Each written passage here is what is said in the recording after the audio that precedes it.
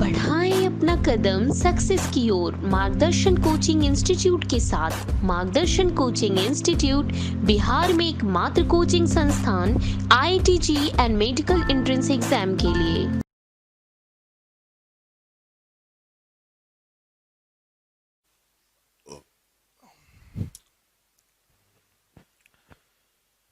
तो प्रिज्म में देखो, प्रिज्म जो हम लोगों ने देखा उसी प्रिज्म के लिए अब एक स्पेशल सिचुएशन देखें थिन प्रिज्म का।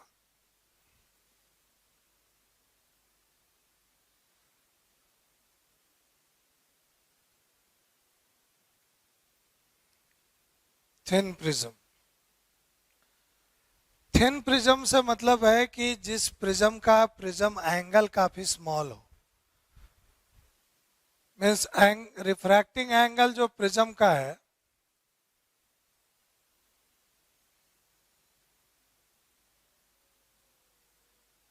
इस बार ये एंगल ऑफ प्रिज्म ए ये काफी स्मॉल है। काफी स्मॉल से मतलब ये ए लेस देन 10 डिग्री है, 10 डिग्री से भी छोटा एंगल है ये। तो ऐसे केस में इस प्रिज्म का जो डेविएशन है उस डेविएशन के लिए एक आसान फॉर्मूला लगा सकते हैं। अब इस बार देखिए, जब लाइट रे इंसिडेंट होगी इसमें, इस तरीके से लाइट रे आएगी, तो ऐसे केस में ये प्रिज्म एंगल आई, जो एंगल ऑफ इंसिडेंस है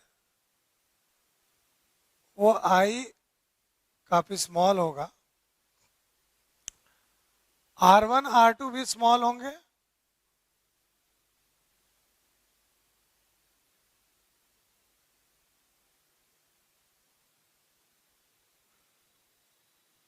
और ये एंगल ऑफ इमर्जेंस भी स्मॉल होगा। ये क्यों मैं ऐसा कह रहा हूं, क्योंकि R1 और R2 को ऐड करके A के बराबर, तो R1 R2 दोनों ऐड करके A के इक्वल होना चाहिए। तो यहां पर A की टोटल वैल्यू ही 10 डिग्री से कम है, मतलब यहां के दोनों R1 और R2 को ऐड करके वो 10 डिग्री से भी कम है। और 10 डिग्री से कम है मतलब R1 R2 की वैल्यू ऐसे ही कोई 3-4 डिग्री 5 डिग्री ऐसे कुछ होगी। अब अगर R1 और R2 स्मॉल है तो E और I और E भी स्मॉल ही होंगे। तो यहां पे चल ले here Snell's law at first refraction। पहले रिफ्रैक्शन पे स्नेल्स लॉ लगाए तो 1 into sine I equals to mu into sine R1। यहां का एंगल R1 है, और जैसा कि R1 और I स्मॉल है तो वो small I N R1 sine theta को थीटा लिख दो, मतलब साइन आई को I और साइन R1 को R1 लिख दीजिए, है ना। तो यही जो रिजल्ट है इसको चेंज किया गया इस फॉर्म में, क्योंकि एंगल ये सब काफी स्मॉल होंगे, R1 R2 और I और E दोनों। इसी तरीके से सेकेंड सरफेस पे चल लो।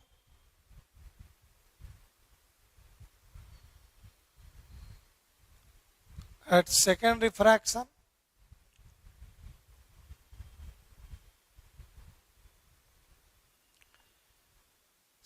रिफ्रैक्शन में अब mu sine R2 equals to 1 sine E है, ऐसा। तो यहां से म्यू इंटू R2, फिर से R2 छोटा हो गया E के बराबर, इसे E equals to mu sine R mu R2 बोल दो। अब ये दोनों वैल्यू आने के बाद नाउ नेट डेविएशन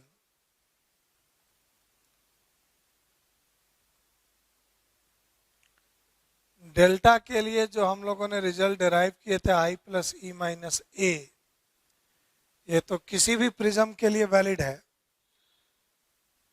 तो इसे इसमें यूज कर ले यूजिंग 1 एंड 2। I की वैल्यू है म्यू R1, E की वैल्यू है म्यू R2 और नेक्स्ट म्यू को कॉमन ले लो तो R1 प्लस R2।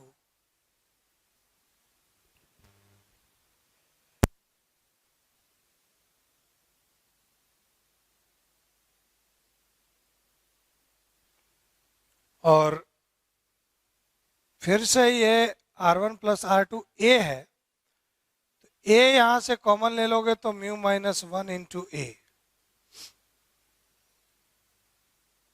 ये इसलिए क्योंकि R1 प्लस R2 ये दोनों एंगल का सम ए होता है। तो अब थिन प्रिज्म के लिए डेविएशन सिंपल इस रिजल्ट से कैलकुलेट करेंगे, जो कि काफी इजियर है, जो हम लोग इससे कैलकुलेट करते थे उसके कंपेयर में। हमें थिन प्रिज्म का जो डेविएशन है वो कह सकते हो इन सबों से इंडिपेंडेंट है, ये म्यू और ए पे डिपेंड कर रहा। तो नेक्स्ट अब इस थिन प्रिज्म पर बेस्ड प्रॉब्लम देखें।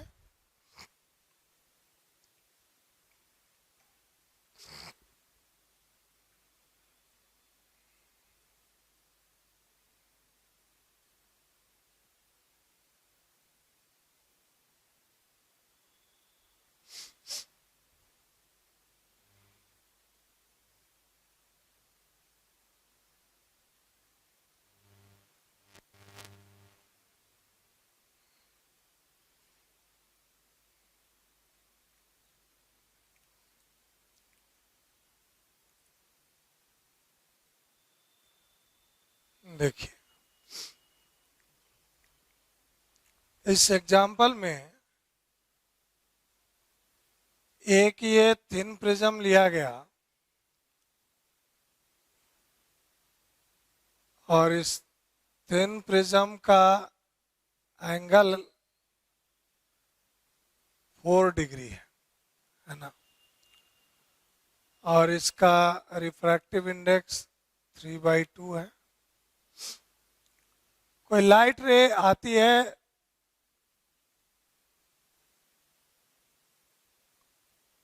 हॉरिजॉन्टली इंसिडेंट रे,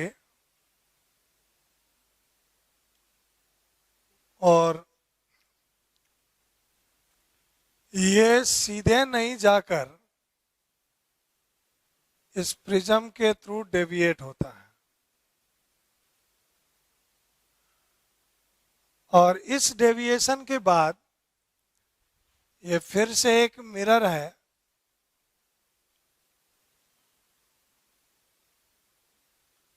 जो मिरर इस बेस के परपेंडिकुलर रखा गया। एक प्लेन मिरर को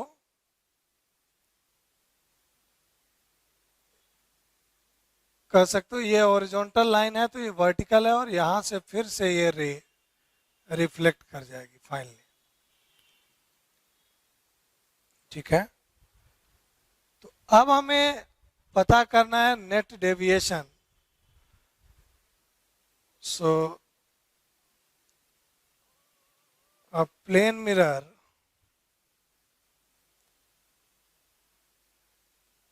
is placed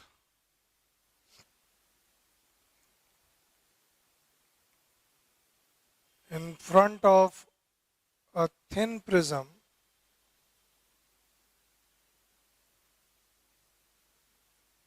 as shown.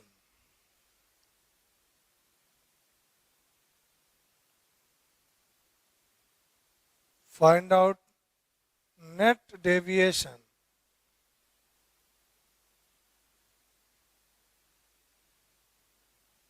produced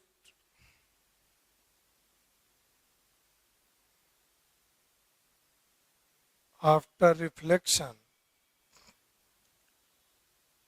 of the light ray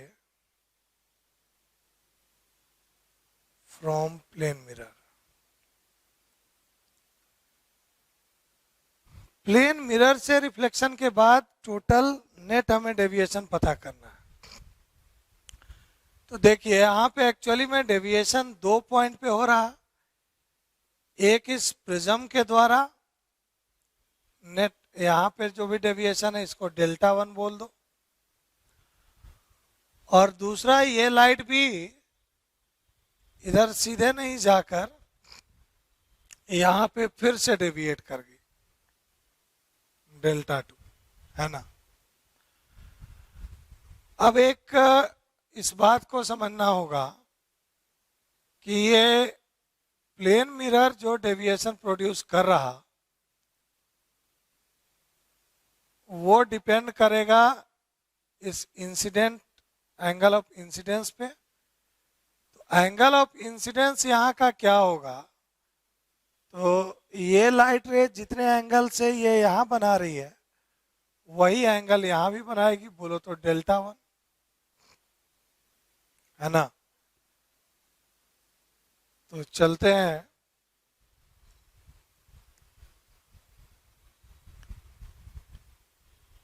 net deviation, delta जो है वो डेल्टा 1 है और प्लस डेल्टा 2 है, सेम सेंस में डेविएशन है। देख रहे हो इसी डायरेक्शन में ये भी घुमा और ये भी घुमा, तो डेल्टा 2 को क्या लिख सकते हैं, तो delta 2 basically pi minus 2i, I angle of incidence, delta 1 है यहाँ का इस पॉइंट का। तो ये नेट डेविएशन हुआ पाई माइनस डेल्टा 1। अब यहाँ डेल्टा 1 क्या है, जैसे पाई को चाहो तो 180 डिग्री लिख दो। डेल्टा 1 को क्या लिखेंगे, डेल्टा जो प्रिज्म के द्वारा होता है म्यू माइनस 1 इंटू ए,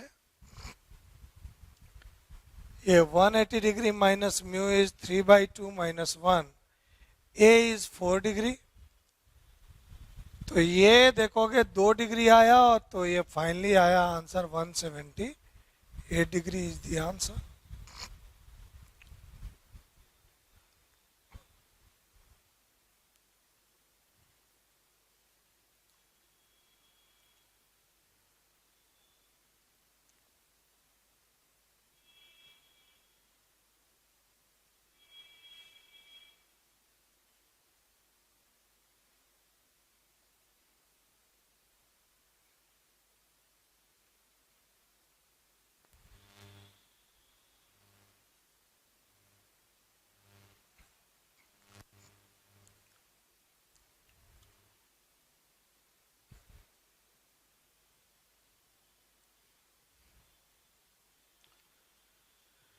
नेक्स्ट एक एग्जांपल में देखिए, जैसे इस बार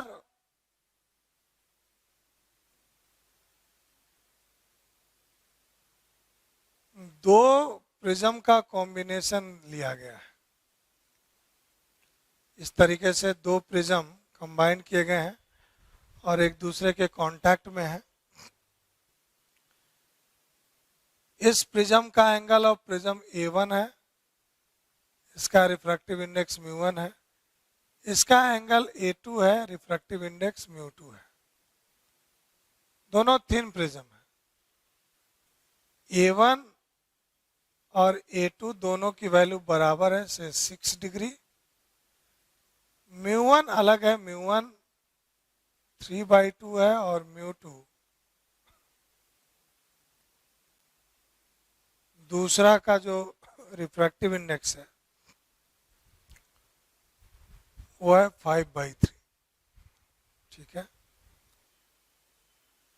अब इसमें एक लाइट रे इंसिडेंट होता है, इसका नेट डेविएशन कैलकुलेट करना है। कैलकुलेट net deviation produced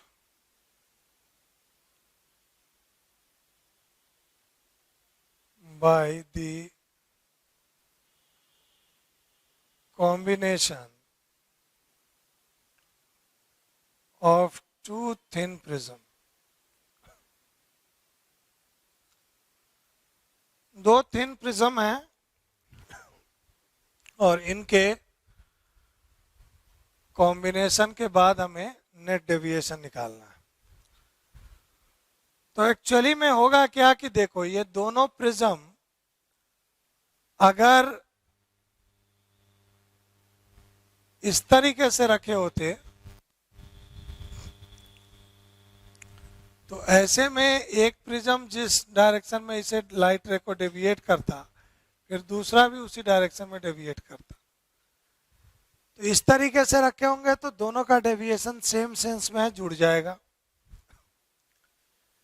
लेकिन इस बार क्या होगा कि एक प्रिज्म ने मान लो इधर डेविएट किया तो दूसरे ने अब अपोजिट डायरेक्शन में डेविएट किया।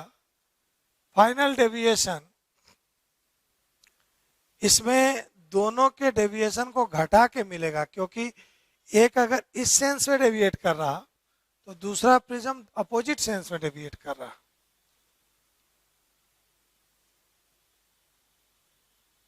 तो here net deviation can be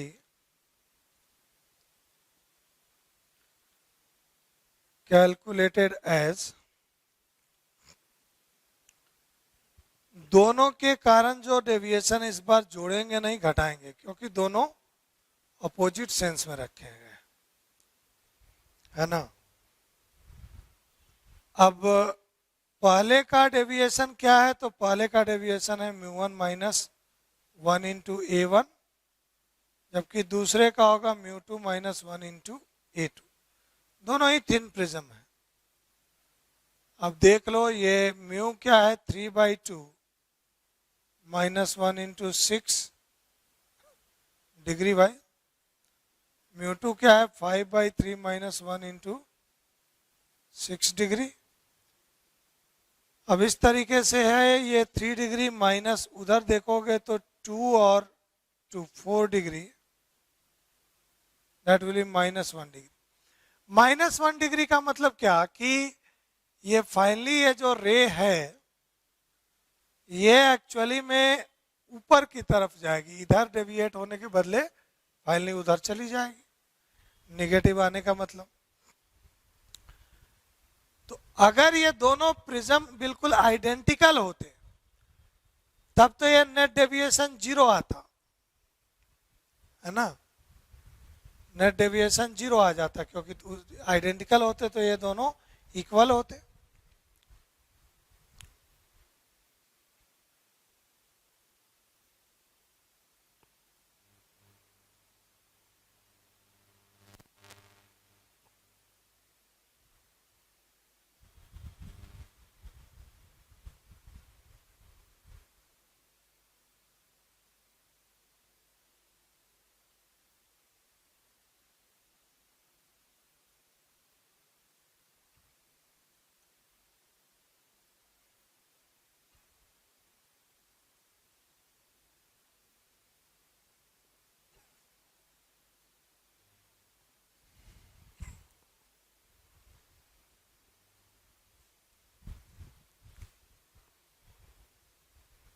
तो अब देखो आगे, अब प्रिज्म की एक और प्रॉपर्टी है, और वो प्रिज्म की प्रॉपर्टी नहीं, ये कहीं भी रिफ्रैक्शन में वो घटना एक देखी जाती है, और वो घटना है डिस्पर्सन की। तो नेक्स्ट हम लोग बात करेंगे डिस्पर्सन ऑफ लाइट की।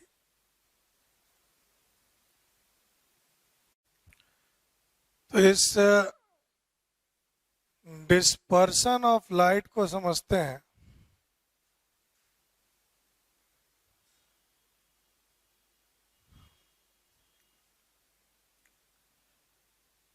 ये फेनोमेना क्या है कि जब कभी कोई वाइट लाइट, मान लो इधर वैक्यूम है या एयर है, इधर से वाइट लाइट इंसिडेंट हुआ और इधर का कोई मीडियम दूसरा है, मान लो वाटर है या कोई ग्लास है, कोई दूसरा मीडियम, ट्रांसपेरेंट मीडियम है इधर, तो इस मीडियम में जाने पे होगा क्या कि जनरली अभी तक हम लोगों ने समझा कि ये नॉर्मल की तरफ बेंड करेगा, ये कोई मान लो ये वाटर ही है, लेकिन बेंडिंग के साथ साथ एक और घटना होती है और वो घटना होती है डिस्पर्सन की। और इसमें होता क्या है कि ये वाइट लाइट इस मीडियम में आने पर डिफरेंट कलर्स में बट जाता है। मतलब इसमें होगा क्या कि रेड, येलो, वायलेट, ये सब कलर में ये बढ़ जाएगा। और वो इसलिए क्योंकि रिफ्रैक्टिव इंडेक्स किसी भी मटेरियल का जो रिफ्रैक्टिव इंडेक्स है वो उस कलर के वेवलेंथ पे भी डिपेंड करता है। तो पहली बात तो ये जो डिफरेंट कलर का इसमें, ये मान के चलो वायलेट जो है वो सबसे ज़्यादा डेविएट करता है और रेड कम, ये मीन कलर येलो है। ये अभी हम लोग समझेंगे कि क्यों वायलेट ज़्यादा बेंड किया, लेकिन पहले ये जो घटना है कि वाइट लाइट जब किसी ट्रांसपेरेंट मटेरियल से पास करते समय बेंड कर, सॉरी, डिफरेंट कलर में बट गया, इसे ही हम लोग डिस्पर्सन बोलेंगे। इसे डिफाइन कर सकते हैं इस तरीके से, that the phenomena of splitting the white light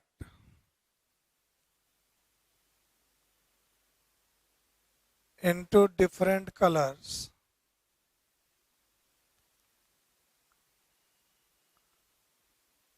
while passing through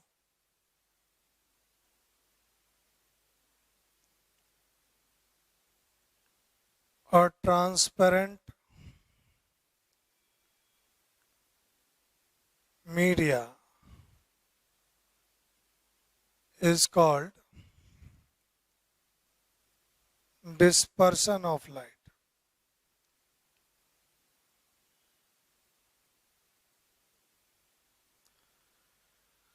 तो ये जो घटना है वो डिस्पर्सन कहलाती है, जब व्हाइट लाइट डिफरेंट कलर में बढ़ जाता है किसी ट्रांसपेरेंट मीडियम से जब पास कर रहा होगा। अब इसमें जैसे ये होता क्यों है, तो उसके लिए रिस्पॉन्सिबल है ये अलग अलग कलर का म्यू अलग अलग होना। और वो डिफरेंट म्यू के बारे में एक फॉर्मूला है, कुछ is formula,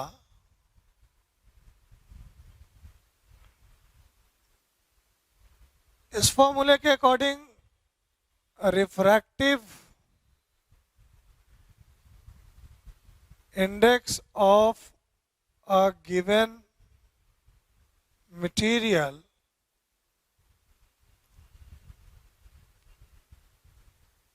depends upon the wavelength of light passing through it।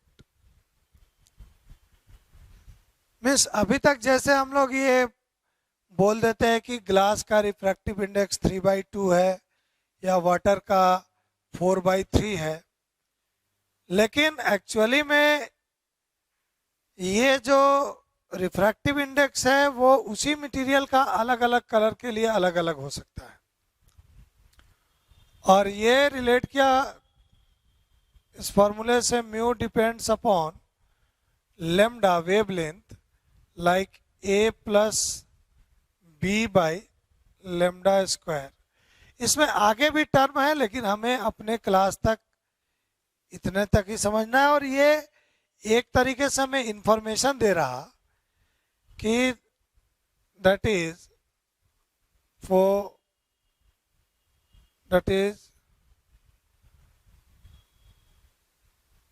for lambda of wavelength को याद करो, red colour is greater than yellow colour is greater than violet colour.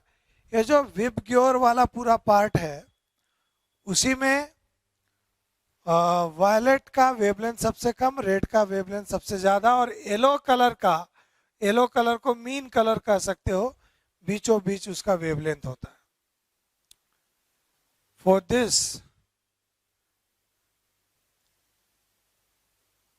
से कर सकते हो कि सिंस देयरफॉर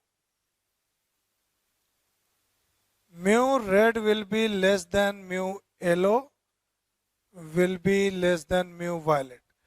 वायलेट कलर का refractive index सबसे ज्यादा होगा, इसीलिए जो यहां से लाइट रे जो सीधे जाती इसमें बेंडिंग वायलेट का सबसे ज्यादा हुआ है और येलो का उससे कम, रेड का सबसे कम, है ना। तो ये डिपेंड करता है कि म्यू अलग अलग कलर का अलग अलग है। तो अब हम लोग इसका प्रिज्म में क्या समझेंगे, प्रिज्म भी एक ट्रांसपेरेंट मटेरियल है, उससे जब व्हाइट लाइट इंसिडेंट होगा तो वहां भी कलर्स बढ़ जाएंगे, स्प्लिट कर जाएंगे डिफरेंट कलर में। तो इस डिस्पर्सन की घटना को हम लोग प्रिज्म के लिए अब देखते हैं।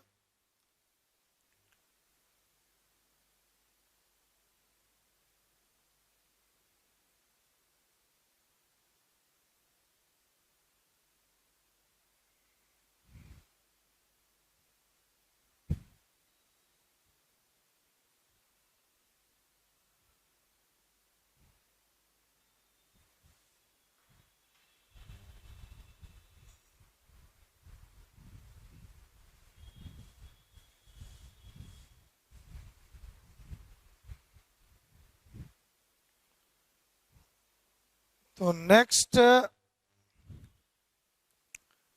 समझते हैं डिस्पर्सन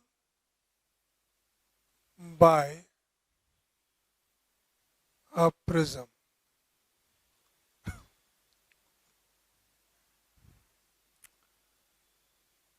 तो एक थिन प्रिज्म लिया गया और इस थिन प्रिज्म का ये एंगल ऑफ प्रिज्म है। रिफ्रैक्टिव इंडेक्स इसका अलग अलग कलर के लिए अलग अलग होगा। तो अब इस पे व्हाइट लाइट इंसिडेंट हुआ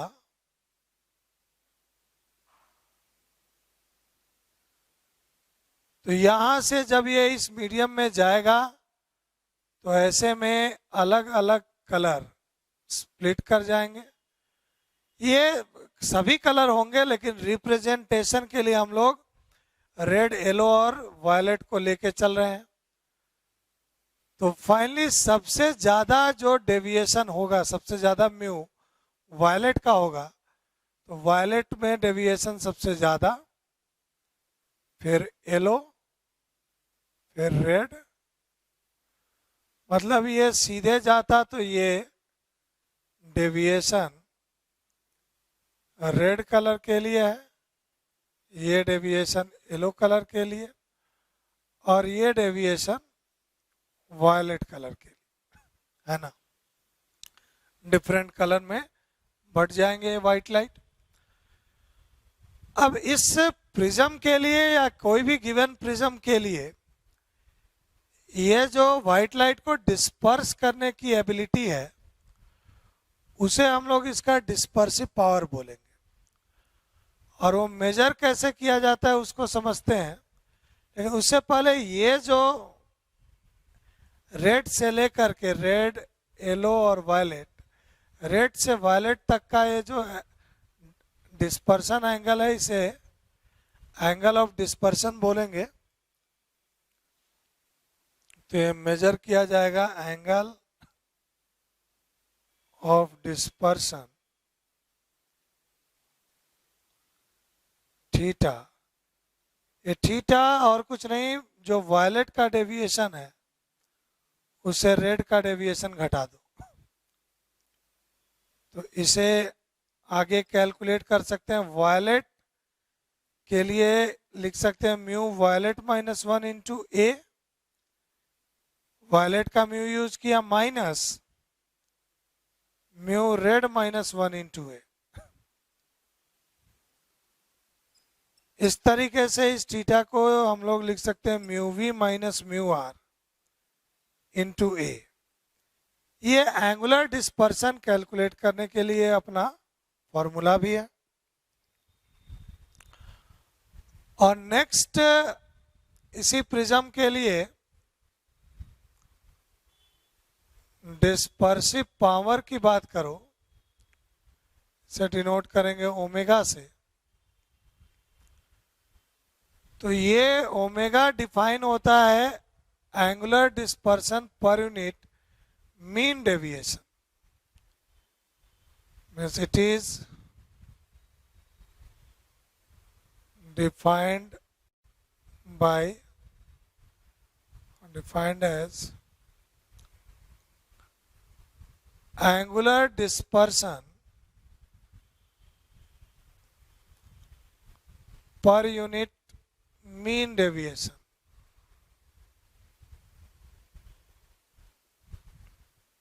है ना? तो एंगुलर डिस्पर्सन क्या है, तो इसे चाहो तो delta V minus delta R divided by delta Y लिख सकते हो। या अब इनकी वैल्यू पुट करेंगे तो ये बना mu V minus mu R into A ऊपर वाला, और नीचे का ये मीन डेविएशन या एलो का डेविएशन, एलो के डेविएशन को ही मीन डेविएशन बोलेंगे, मिड कलर जो है, तो मीन का डेल्टा वाई। तो इस तरीके से ये ओमेगा है mu V minus mu R by mu Y minus 1। तो ये भी अगर हमें म्यू पता हो सभी कलर का गिवन प्रिज्म के लिए, तो उस प्रिज्म का डिस्पर्सिव पावर कैलकुलेट कर सकते। इसकी कोई यूनिट नहीं है क्योंकि ये सब क्वांटिटी तो यूनिटलेस ही है। dispersive power of a prism।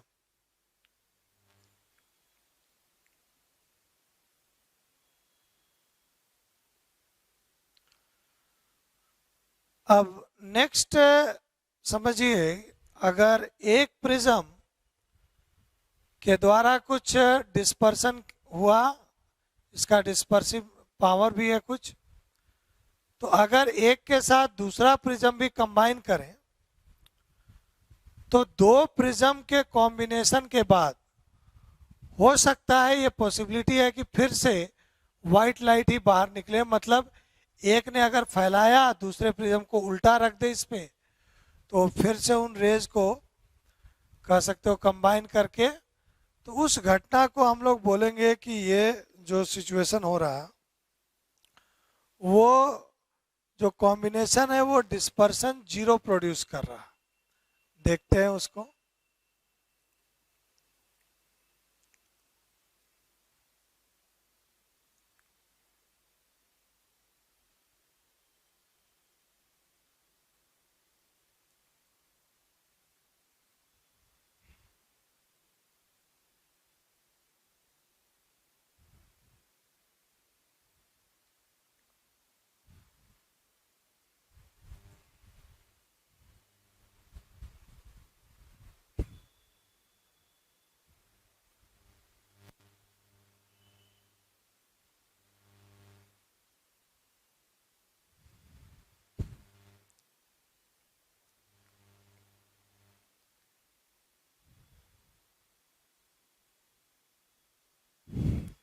तो नेक्स्ट एक केस देखें,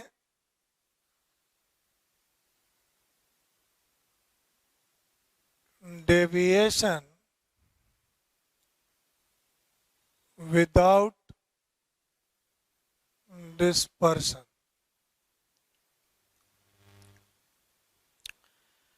तो एक सिंगल प्रिज्म है तो वो तो लाइट में डिस्पर्सन लाएगा ही, लेकिन अगर दो प्रिज्म को कंबाइन करें और कुछ इस तरीके से, ये दो प्रिज्म है, इस प्रिज्म का प्रिज्म एंगल ए है, रिफ्रैक्टिव इंडेक्स सिंबॉलिक म्यू से डिनोट किया गया, इसका एंगल ए डैश है, इसका रिफ्रैक्टिव इंडेक्स म्यू डैश है, मान है ना।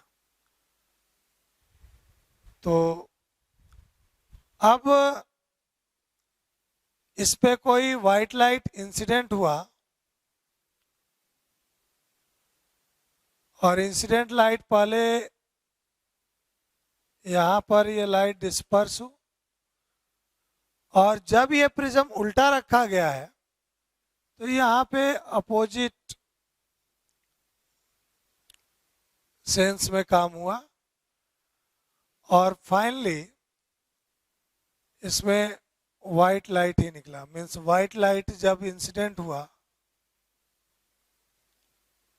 बीच में ये डिस्पर्सन हुआ, लेकिन हम लोग एक ऐसा कॉम्बिनेशन देख रहे हैं जिसमें डेविएशन हो बट विदाउट डिस्पर्सन, डिस्पर्सन ना हो। मीन्स ये जो लाइट ऐसे सीधे जा रही थी, ये यहां से इसका कुछ डेविएशन है लेकिन डिस्पर्सन नहीं है। अब ये फिर से व्हाइट लाइट में ही कन्वर्ट हो गया। तो जीरो डिस्पर्सन करने के लिए दोनों के डिस्पर्सन इक्वल और ऑपोजिट होने चाहिए।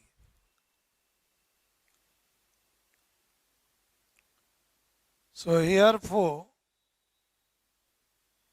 zero dispersion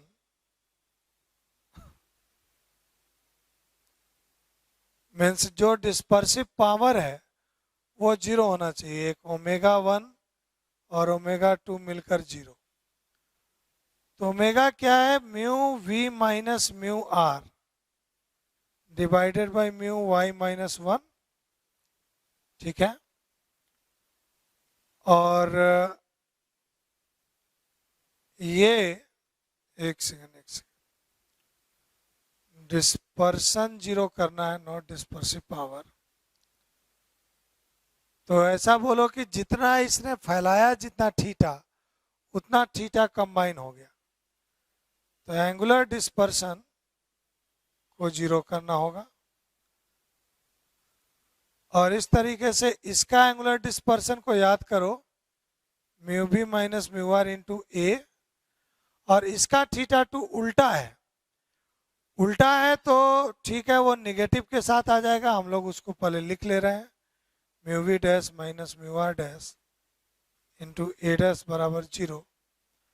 तो इस तरीके से ए डैश और ए में एक रिलेशन आया, negative mu V minus mu R by mu V dash minus mu R dash into A. ये एक कंडीशन की तरह भी समझ सकते हो, और ये निगेटिव साइन शो कर रहा है कि मतलब दोनों का एंगल अपोजिट होना चाहिए, एक ऊपर है तो एक नीचे रखोगे, तब जाकर के चांस है कि डिस्पर्सन जीरो हो। अगर दूसरे का एंगल मतलब ये रिलेशन या उसी को सॉल्व करके नीचे लिखा गया।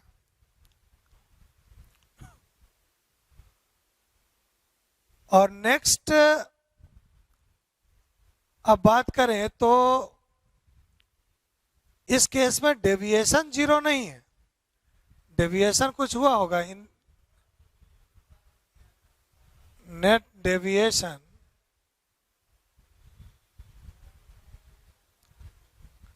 इन दिस केस, तो डेविएशन पहले ने कुछ प्रोड्यूस किया, दूसरे ने अपोजिट प्रोड्यूस किया होगा। तो अब ये पहले ने डेविएशन, तो डेविएशन अलग अलग कलर का अलग अलग होगा, लेकिन डेविएशन को कैलकुलेट करने के लिए यहाँ नेट मीन डेविएशन बोल सकते हो, एवरेज डेविएशन। तो ये mu Y minus 1 into A, और दूसरे को घटाएंगे mu Y dash minus 1 into A dash. ऐसा करके चलते हैं कि पहले ही ये जूम कर ले निगेटिव है तो ये माइनस यहाँ रख लोगे और ये वैल्यू आ जाएगी। ये वैल्यू वाइज एक रिलेशन आया। हमने पहले ही देख लिया कि डिस्पर्सन को जीरो करने के लिए प्रिज्म को उल्टा रखना ही होगा। तो यहाँ भी एक प्रिज्म अगर नीचे की तरफ डेविएट करेगा तो दूसरा ऊपर की तरफ करेगा, इसलिए बीच में माइनस है। तो जब डिस्पर्सन जीरो है लेकिन डेविएशन कुछ है तो उसे इस तरीके से निकालेंगे। अब इसी का एक अपोजिट केस हो सकता है, that dispersion without deviation. Light इधर आकर के डिस्पर्सन रह जाए लेकिन डेविएशन जिस लाइन पे ये आया है वही रहे, मतलब ये कुछ इस तरीके से। तो ये लाइट फाइनली उसी लाइन के जो पहली रे जा रही है उसी के पैरेलल जाए, डिस्पर्सन भले ही रहे हो। तो सेकंड केस को भी हम लोग देखते हैं, इसे नोट कर लीजिए।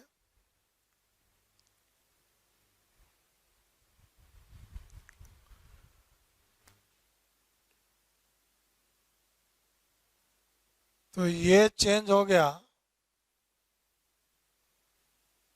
डेविएशन, सॉरी ये तो देखें ही, dispersion without deviation, dispersion without deviation.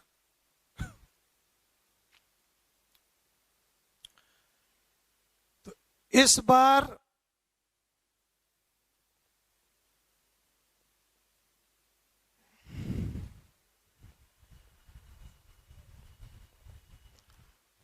ये लाइट रे जो इंसिडेंट लाइट था उसके पैरेलल ही गई फाइनली, डेविएशन नहीं हुआ, वैसे ही गई।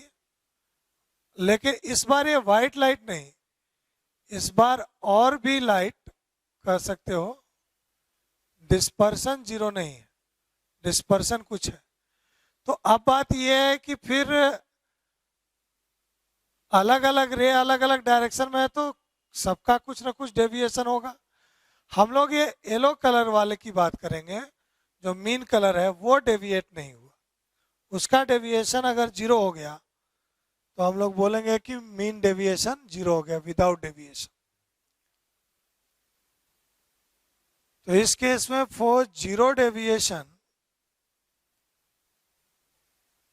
ऑफ मीन कलर,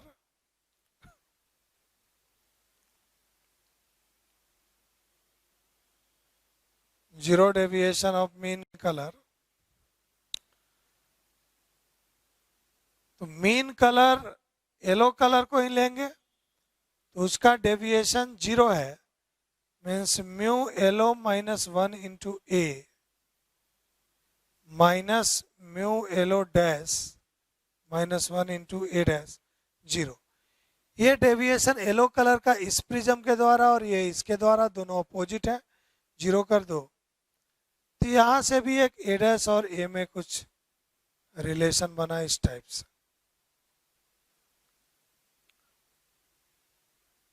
ये रिलेशन न्यूमेरिकल क्वेश्चन को सॉल्व करने के लिए यूजफुल है। कि अगर दो प्रिज्म का कॉम्बिनेशन दिया है और जीरो डेविएशन है तो उसके लिए एक का एंगल और दोनों का म्यू दिया है तो दूसरे का एंगल निकाल सकते हो। लेकिन इस केस में डिस्पर्सन जीरो नहीं है तो नेट डिस्पर्सन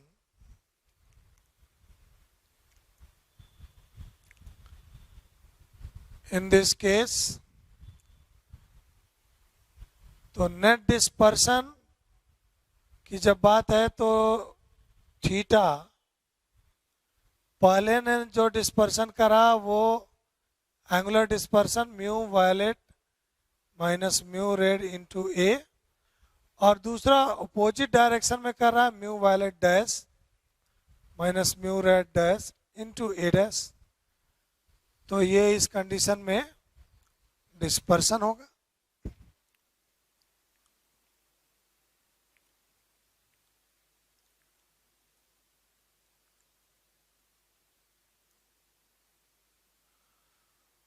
अब देखो किसी ये जो घटना है डिस्पर्सन की,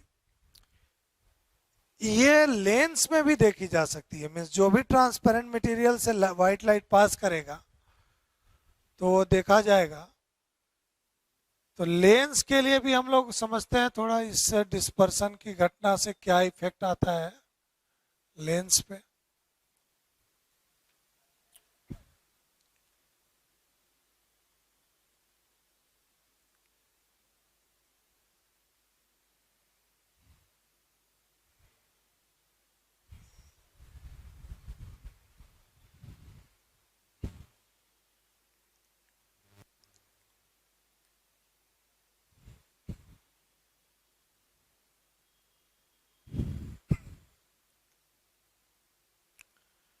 ये जो होगा क्या कि अगर मान लो ये कोई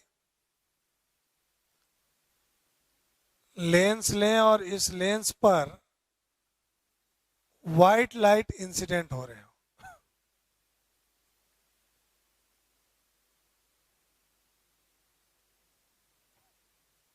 व्हाइट लाइट, है ना। तो अब इस प्रिज्म से पास होते समय और डिफरेंट कलर वाले जो लाइट हैं वो स्प्लिट कर जाएंगे, और उस स्प्लिटिंग के कारण होता क्या है कि वायलेट कलर ज़्यादा डेविएट करता है और रेड कलर कम। तो ऐसे में जो पैरेलल बीम है वो रेड कलर कहीं नज़दीक में फोकस करेंगे और वायलेट कलर थोड़ा सा रिलेटिवली दूर।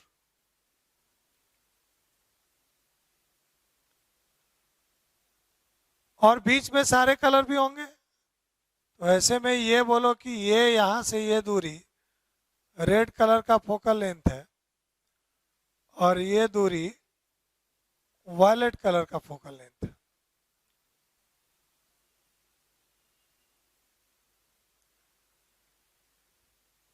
उल्टा हो गया है, वायलेट कलर ज़्यादा बेंड करता है तो ये वायलेट, और रेड कलर कम बेंड करता है तो वो रेड। म्यू की बात करो तो म्यू ज़्यादा है वायलेट का, रेड का कम है। तो रेड के लिए याद करिए फोकल लेंथ को, जैसे फोकल लेंथ का फॉर्मूला है 1/f equals to mu minus 1 और इंटू 1/r1 माइनस 1/r2, ऐसा, है ना। तो अगर हम लोग ये वायलेट कलर के लिए लिख रहे हैं तो यहाँ वायलेट का रिफ्रैक्टिव इंडेक्स, रेड कलर के लिए लिख रहे हैं तो रेड का रिफ्रैक्टिव इंडेक्स। तो क्लियरली म्यू वायलेट का ज्यादा है तो फोकल लेंथ कम होगा क्योंकि इनवर्स में है। तो यहाँ पे अलग अलग कलर जो अलग अलग पॉइंट पे कन्वर्ज हो रहे हैं, इसे हम लोग बोलते हैं क्रोमेटिक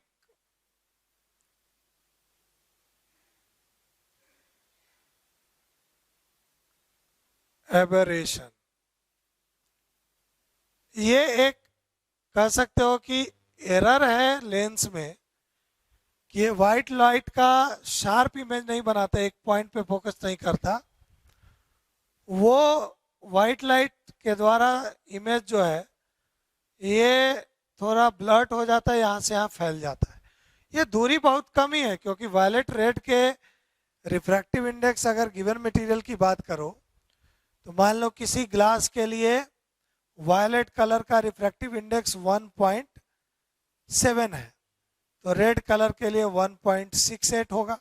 थोड़ा ही फर्क होता है, बहुत ज़्यादा फर्क नहीं होता है इन रिफ्रैक्टिव इंडेक्स में, इसलिए फोकल लेंथ में भी बहुत डिफरेंस नहीं होता। लेकिन जो भी है वो इस तरीके से कैलकुलेट कर सकते हैं। अब ऐसे में इस लेंस के लिए अगर हम लोग डिस्पर्सिव पावर की बात करें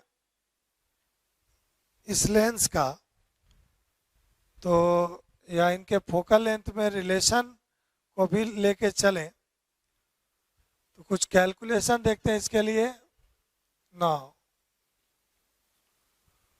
1/FR बड़ा है, क्योंकि FR ये बड़ा है तो ये छोटा हो जाएगा, तो 1/FV माइनस 1/FR।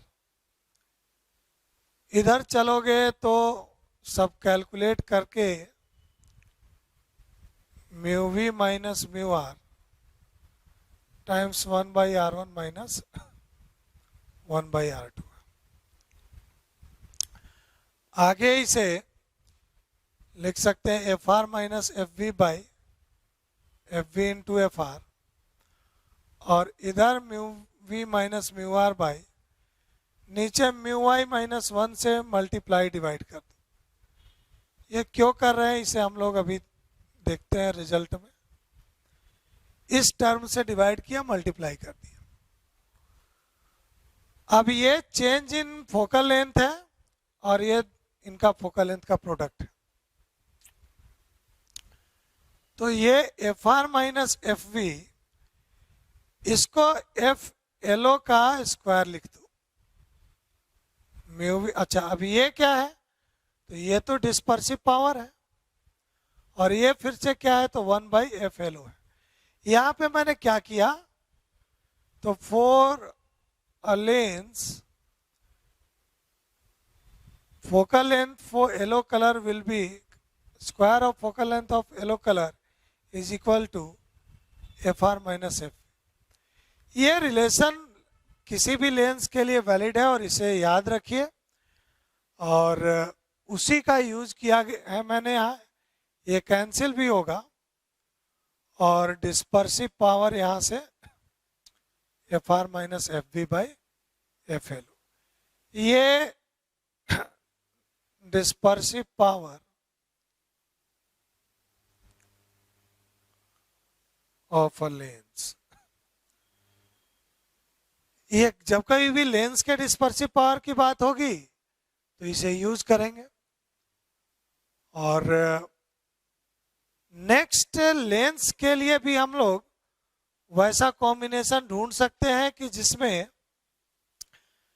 एक लेंस ने लाइट को डिस्पर्स किया तो दूसरा अपोजिट करके कंबाइन करके फिर से व्हाइट लाइट प्रोड्यूस करे। तो वैसे कॉम्बिनेशन को हम लोग कहेंगे एक्रोमेटिक कॉम्बिनेशन। उसको देखते हैं थोड़ा।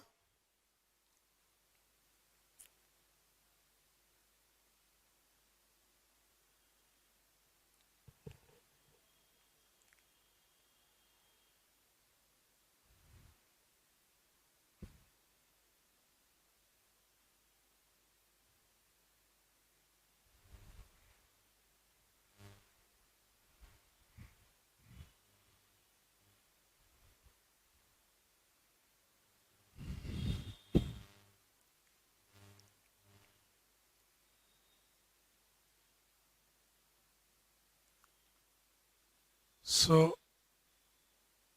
achromatic combination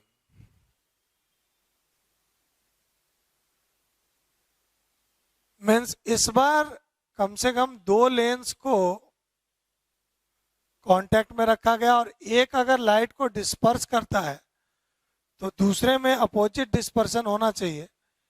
इसलिए दूसरा लेंस एक अगर कॉन्वेक्स लेंगे तो दूसरा एक कॉनकेव लेंगे। तब ये पॉसिबिलिटी है कि अगर व्हाइट लाइट इंसिडेंट हुई, इसने इसे डिस्पर्स किया इस लेंस ने, तो दूसरा लेंस इसको कंबाइन करके और फाइनली फोकस कर दे।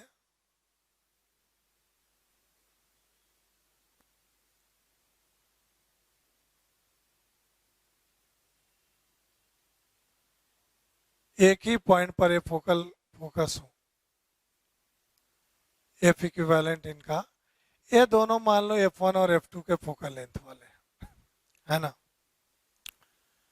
तो इस कंडीशन में फाइनली फिर से यहां पर ये निकलने के बाद ये व्हाइट लाइट इंसिडेंट हुआ और व्हाइट लाइट ही निकले। ये कंडीशन है एक्रोमेटिक कॉम्बिनेशन होने का। तो अब इसके लिए इनके फोकल लेंथ में क्या रिलेशन किस टाइप से होना चाहिए उसको समझते हैं। तो यार 1/f इक्विवेलेंट, तो लेंस का फोकल लेंथ याद करो, इक्विवेलेंट फोकल लेंथ इसी तरीके से निकालते हैं। इसका करते differentiation,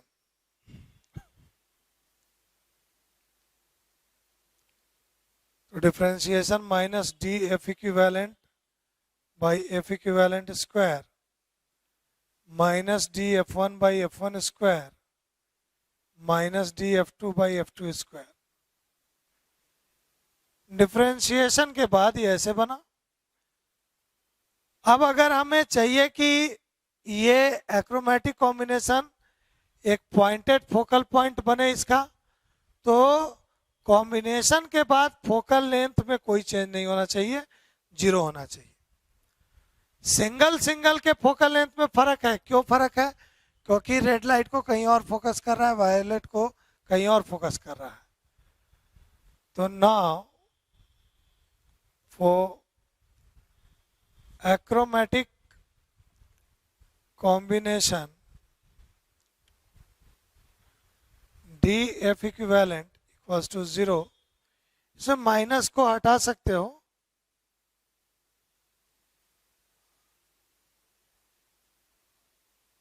D F one by F one square plus D F two by F two square, इसको इक्वेशन 1 ले लो। अब डी एफ इक्विवेलेंट अगर 0 है तो ये पूरा पार्ट 0 होगा, इसकी वैल्यू भी 0 के बराबर हो। तो मतलब D F one by F one plus D F two by F two square equals to 0।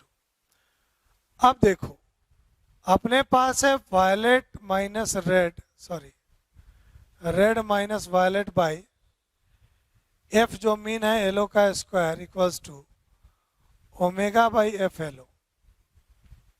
ये अपने पास ऑलरेडी पिछले केस में हम लोगों ने डिराइव किया था, एफ वाई कैंसिल हुआ तो ओमेगा बच गया। तो यहां से इसको F R minus F P को चेंज इन फोकल लेंथ बोल दो, और change in focal length square omega by focal length, इस फॉर्म में। तो उसे यूज कर लीजिए, D F one by F one square क्या हो जाएगा, omega 1 by F one plus omega 2 by F to बराबर 0। तो ये अब कंडीशन है एक्रोमेटिक कॉम्बिनेशन के लिए।